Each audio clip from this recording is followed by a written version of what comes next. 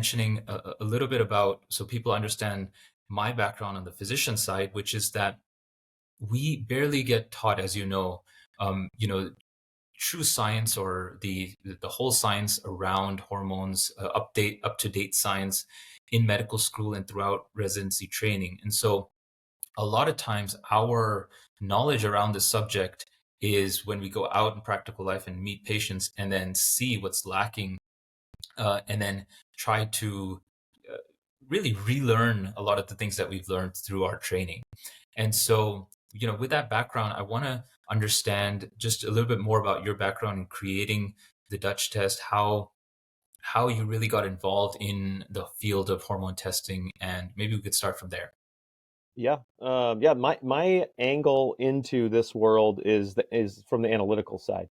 So I got a chemistry degree and started down the direction of forensic science because I really wanted to tackle problem solving from kind of a laboratory perspective, and just kind of fell into the world of hormone testing, which is from an analytical standpoint, testing a little white powder to see which drug Mhm. it is, and testing a biological sample for a novel metabolite or something like that is it's very similar in Mhm. terms of what you're actually doing on a practical level.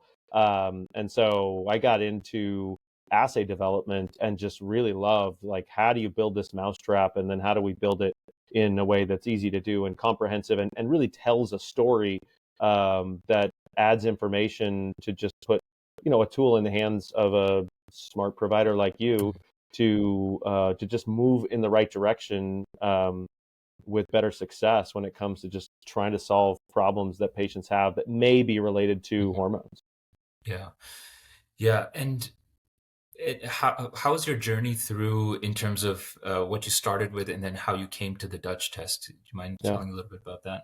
Yeah, I mean, my what we do is a little bit of an intellectual hybrid of the things that I've been exposed to, which is to hop from a 24-hour urine test where you've got these, there's a lot of stuff you can dig for that's related to hormones in a urine sample, but being in that world and seeing the difficulty that people had just with collection and compliance and that Mhm. sort of thing was one issue.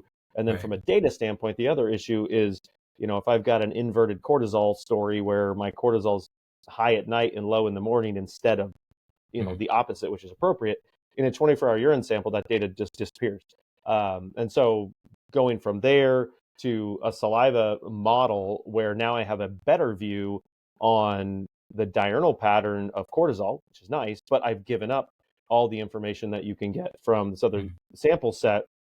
So from me just peering into saliva testing, blood testing, urine testing, Mhm. and I kind of divide it into two worlds. There's one I always just call commodity testing, like Mhm. blood testing, CBCs and blood chems, and even Right. hormones in blood. It doesn't matter that much for the Mhm. most part where you get it. It's all highly standardized. It's a Yeah. commodity for the Right. most part.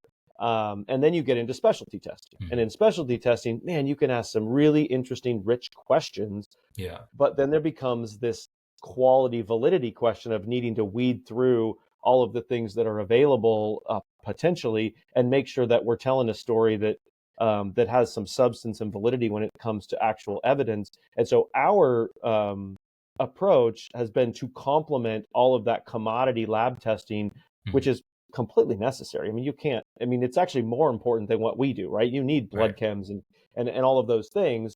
And Mhm. then our job, I think, is to complement that by giving a deeper, rich, broad picture Mhm. of, in our case, the hormone story, and to try to weed through the things that are just noise and create panels that really give meaningful information. So that's the test. And then Yeah. the challenge beyond that was, well, if this test is interesting, but it's outside the norm of, as you said, what you're educated about in medical school, then the Yeah. education on that side of things becomes then the sort of dual challenge to us is making the panel in a way that's useful and helpful, and then creating education that helps providers like you, Yeah. make those connections between numbers and things on the lab test to Mhm. actual things that matter for your patients.